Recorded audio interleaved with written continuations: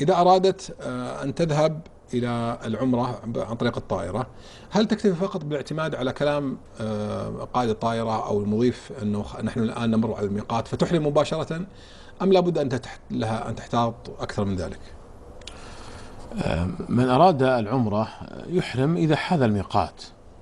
الأصل أن يعني المسؤولين في الطائرة أنهم يعرفون هذه المواقيت ويحددونها، فإذا مرت الطائرة بالميقات قالوا نحن الآن نمر بمحاذاة ميقات كذا، فحينئذ يحرم الرجل والمرأة الذي يريد النسك، يقول اللهم لبيك عمرة إذا كان يريد العمرة، أو لبيك حجا إذا كان يريد الحج، على الأنساك الثلاثة. إذا كان يريد التمتع قال لبيك عمرة، وإذا كان يريد القران قال لبيك عمرة وحجا، وإذا كان يريد الإفراد قال اللهم لبيك حجا.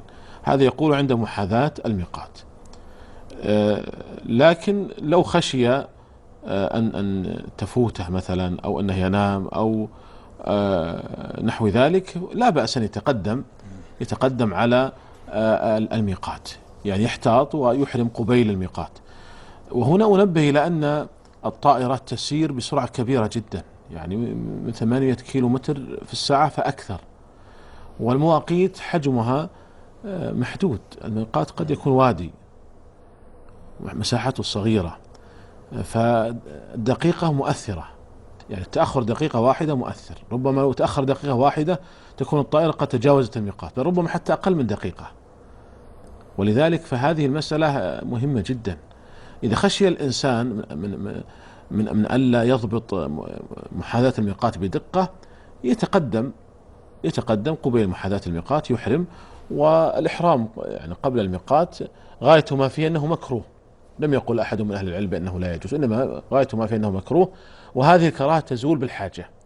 لكن ينبغي يعني التنبه لهذه القضية، لأن بعض الناس يكون في الطائرة ويتأخر، يظن أن الدقيقة والدقيقتين غير مؤثرة، هي مؤثرة. الدقيقة الواحدة يمكن الطائرة تجاوزت الميقات، ولذلك لا بد من الدقة. ولا بد أيضا يعني المسؤولين في الطيران عليهم أن يلاحظوا الدقة في تنبيه من يريد الإحرام، لأن هذه قضية مهمة. مساحة المواقيت صغيرة، الطائرة تسير بسرعة كبيرة، فلا بد من الدقة من المسؤولين في الطائرة، ولا بد أيضا من الدقة في الإحرام من يريد النسك من الرجال والنساء. فلا إما أن يحرم من عند محاذاة الميقات بدقة، أو أنه يحرم قبيل محاذاة الميقات.